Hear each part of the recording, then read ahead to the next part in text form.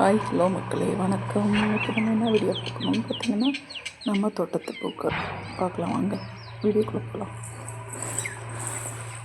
உடனே இது ரோஸு, இது ஒயிட் கலர் ரோஸு. நம்ம ரெண்டாவதாக வாங்கி வச்சோம் இல்லைங்களா, ஒயிட் கலர் ரோஸ். அது இப்போ தலைஞ்சி 2 மொட்டு விட்டுருக்கு நம்மக்கிட்ட வந்ததுக்கப்புறம். இப்போ மழை வெயில் காலத்து செடி எல்லாமே ஓரளவுக்கு தண்ணி விட்டுக்கிட்டே இருக்கனால நல்லா தலைஞ்சி வருதுங்க.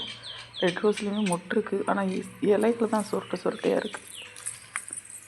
மொட்டு இருக்குது. 2 ரோஸுமே இருக்குது. ஒன்று மலர்ந்துருக்கு, இன்னொன்று கொஞ்சம் மலராமல் இருக்குது. இது 2 நாள் கழிச்சு பறிச்சுக்கலாம். இங்கங்கே ரோஸ் பறிக்கவே மனசு இல்லை, நல்லா செடியிலே விட்டுறது. நெக்ஸ்ட்டு பார்த்திங்கன்னா, இது நம்ம பழைய செடி தான், பெங்களூர் ரோஸ் செடி. அது நல்லா வெயில் காலத்துலையும் கூட பரவாயில்ல, தண்ணி விட்டு இருக்கிறதுனால தலைஞ்சி வருது. மொட்டுமே இருக்குது. இது நம்ம எல்லோ கலர் ரோஸுங்க. எல்லோ கலர் ரோஸு 2 மொட்டு இருக்குது, விட்டுருக்கு. வெயில் காலத்தில் அவ்வளோவா பூ வராதுன்னு நினச்சோம், ஆனால் பார்த்திங்கன்னா பூ வருது. எல்லாமே தண்ணி தாங்க. இது இப்போ தாங்க அந்த 2வது வாங்கி வச்ச, இது ஒரு லைட் ஒரு பிங்க்கு தலை. இது டேலியா. அடுத்து பார்த்திங்கன்னா, நம்ம 2வது வாங்கி வச்ச செடி தான் இது, டார்க்கு பிங்க்கு. பார்த்திங்கன்னா நல்லா அழகாக இருக்குது, குழு குழுன்னு.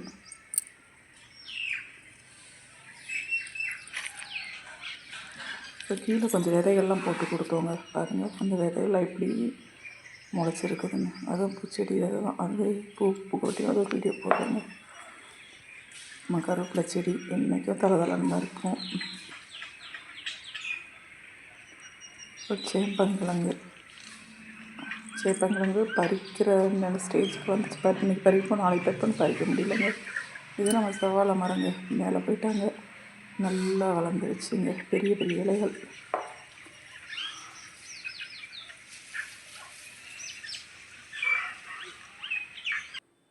அப்புறம் நம்ம கனகாமரம் செடிங்க. கனகாமரம் நல்லா நம்ம தலையில் வைக்கிற அளவுக்கு ஓரளவுக்கு பூக்குதுங்க.